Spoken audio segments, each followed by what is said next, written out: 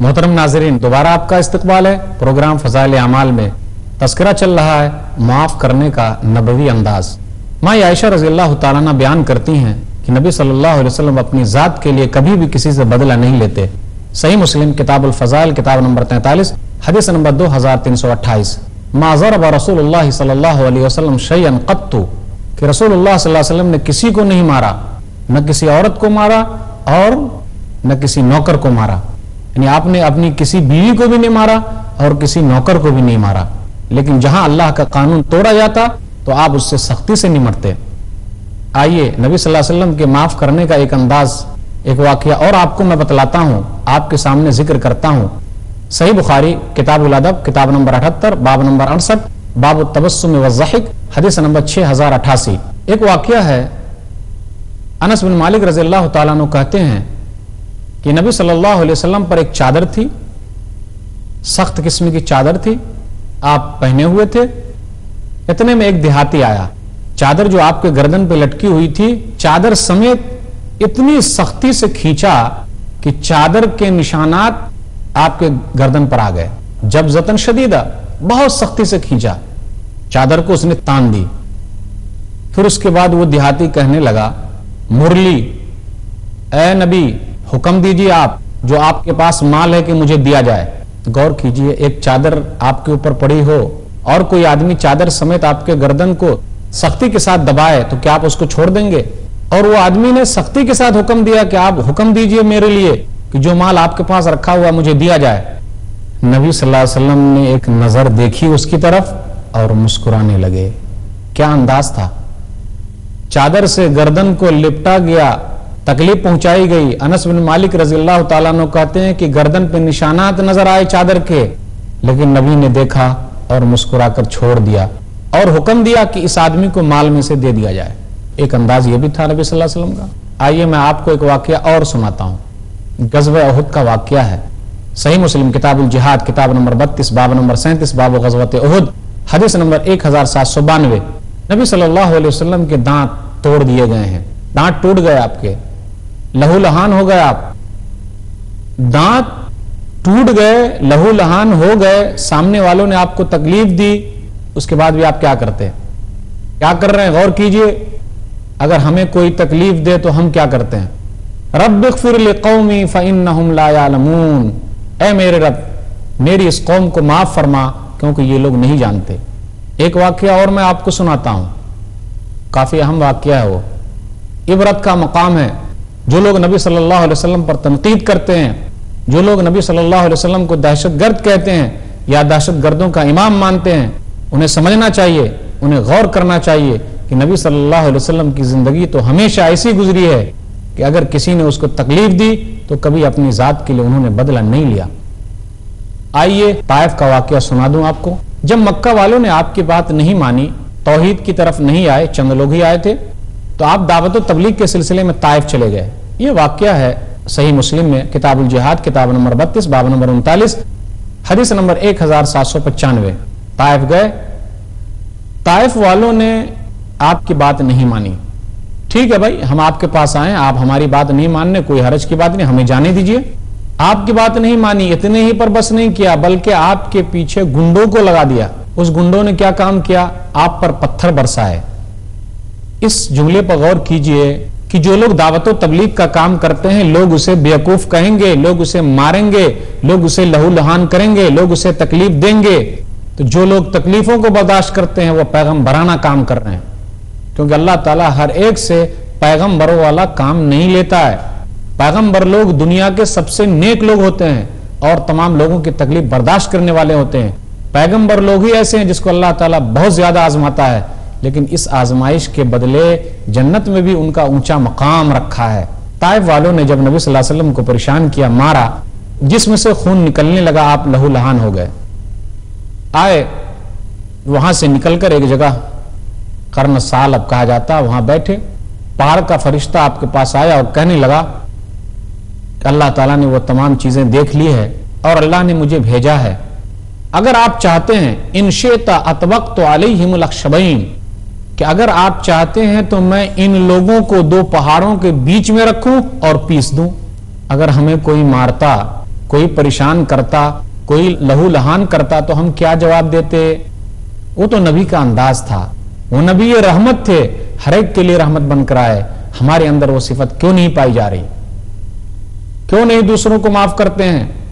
معمولی معمولی باتوں پر لوگوں کی جان کے در پہ ہیں، گنڈوں سے مروا دیتے ہیں، قتل کرا دیتے ہیں، خلاف کیس دائر کر دیتے ہیں۔ دیکھیے نبی صلی اللہ علیہ وسلم کا انداز اور جواب، بل ارجو ان یخرج اللہ تعالی من اصلابہم من یعبد اللہ وحدہ لا یشرک بہ شیئا۔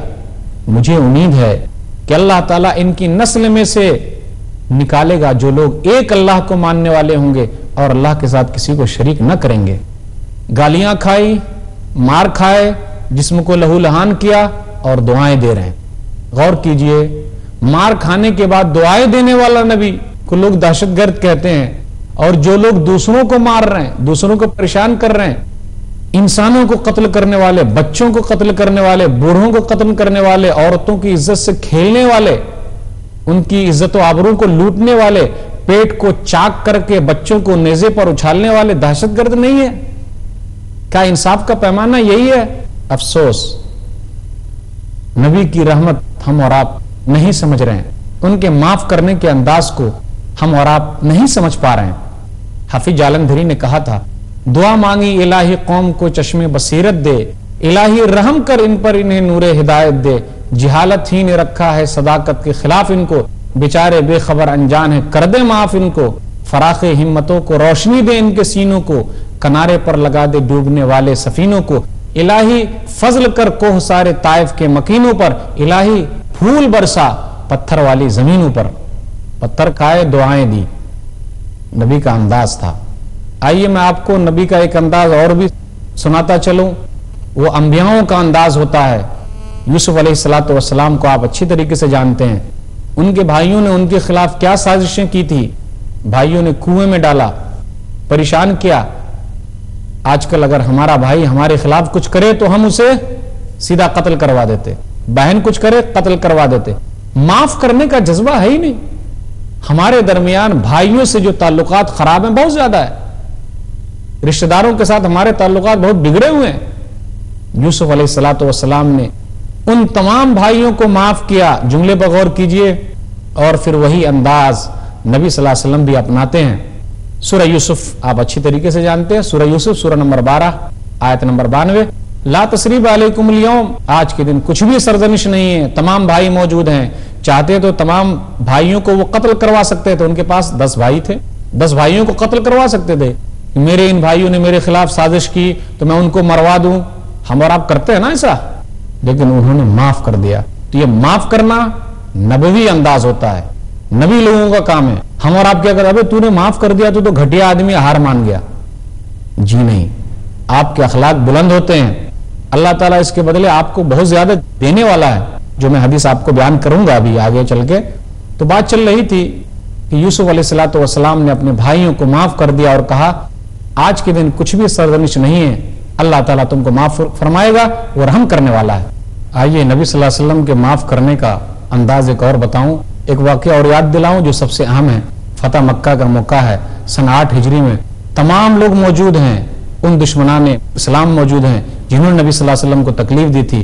حبار بن اسود بھی موجود ہے، جس نے آپ کی بیٹی پر نیزہ چلایا تھا اور اونٹنی سے گرا دیا تھا۔ وحشی بن حرب موجود ہیں، جس نے آپ کے چچا کو قتل کیا تھا، اور وہ عورت بھی موجود ہے، ہند بن عتبہ، جس نے آپ کے چچا کا کلیجہ نکال کر چبایا تھا۔ غرض کے تمام لوگ موجود ہیں۔ تمام لوگوں سے نبی نے کہا بھلا یہ بتلاؤ میں تمہارے ساتھ کیا کرنے والا ہوں؟ میں پوچھنا چاہتا ہوں کیا دنیا کا کوئی کمانڈر ایسا ہے جو سامنے والے پر قبضہ کر لے اور پھر اسے معاف کر دے؟ یہ صرف نبی کا انداز تھا۔ کہا آپ تو نیک ہیں، نیک بھائی کے بیٹے ہیں، ہم آپ سے یہی امید کرتے ہیں کہ آپ معاف کریں گے۔ نبی صلی اللہ علیہ وسلم نے تمام لوگوں کو معاف کر دیا۔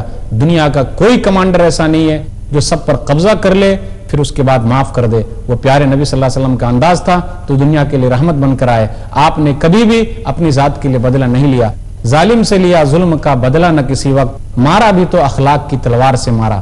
ہم اور آپ اگر کسی کو معاف کرتے ہیں تو یاد رکھیے معاف کرنے سے اللہ تعالیٰ ہماری عزت میں اضافہ کرتا ہے۔ بڑا فائدہ ہے معاف کرنے کا۔ کافی دل گردے کی بات تو ہوتی ہے، لیکن معاف کرنا سب سے اہم ہے۔